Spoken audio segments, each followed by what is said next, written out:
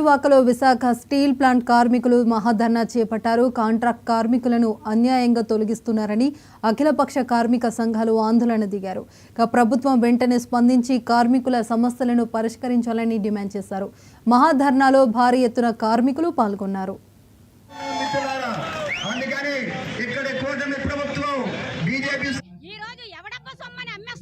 అలాగే ఎవడని ఉద్దేశించి ఈ రోజు కాంట్రాక్ట్ కార్మికులు తీసేస్తారు. కాంట్రాక్ట్ కార్మికులకు వచ్చేది ఎంత? 13,000 నుంచి 20,000 లోపు జీతాలు వస్తున్నాయి. వాళ్ళ ఫ్యామిలీలు ఎలా బతుకుతాయి? అందులో నిర్వాసితులు ఎక్కువ మంది ఉన్నారు. భూములు అయితే తీసుకున్నారు, ఉద్యోగాలు ఇవ్వలేదు. దానికి నిర్వాసితులకు మీరు ఏం సమాధానం చెప్తారనేది ఈ సభాముఖంగా, ఈ ధర్నాముఖంగా మేము ప్రశ్నిస్తున్నాం. అటు కేంద్ర రాష్ట్ర ప్రభుత్వాలు కూడా ఈ రోజు కూటమి ప్రభుత్వం వచ్చిన తర్వాత మాకు అన్యాయం అనేది జరుగుతుంది.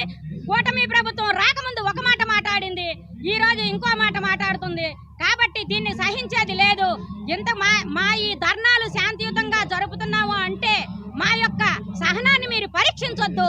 ఇదే గనక కొనసాగేటట్టయితే, కాంట్రాక్ట్ కార్మికులు మీరందరూ తినేటట్టయితే మా ప్రాణాలు త్యాగం చేసైనా సరే స్టీల్ కాంట్రాక్ట్ కార్మికులు ఏ ఒక్క కార్మికుని కూడా తొలగించకుండా నాయకులు ఎవరిని వ్యతిరేకించట్లేదు.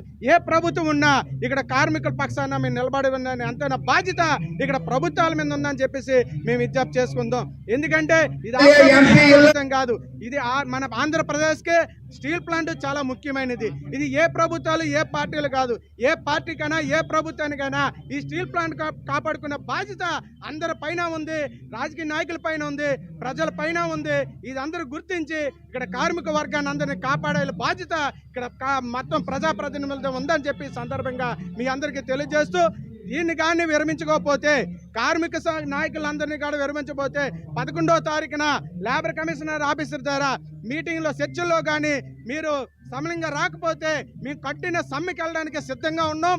15,000 మంది కాంట్రాక్ట్ కార్మికులు కానీ సమ్మె చేస్తే ఈరోజు స్టీల్ ప్లాంట్ పరిస్థితి ఏ విధంగా ఉంటుందో మీకు అన్నీ తెలుసు.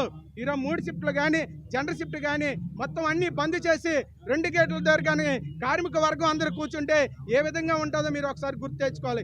ఇప్పటికే చాలా సక్రమంగా స్టీల్ మెటల్ కానీ, ఆపరేషన్ కానీ, మార్కెటింగ్ కానీ అంతా కూడా ఈరోజు జీతాలు 4-5 నెలలు జీతాలు ఇవ్వకపోయినా మీ అందరం కూడా కష్టించి పనిచేస్తున్నాం.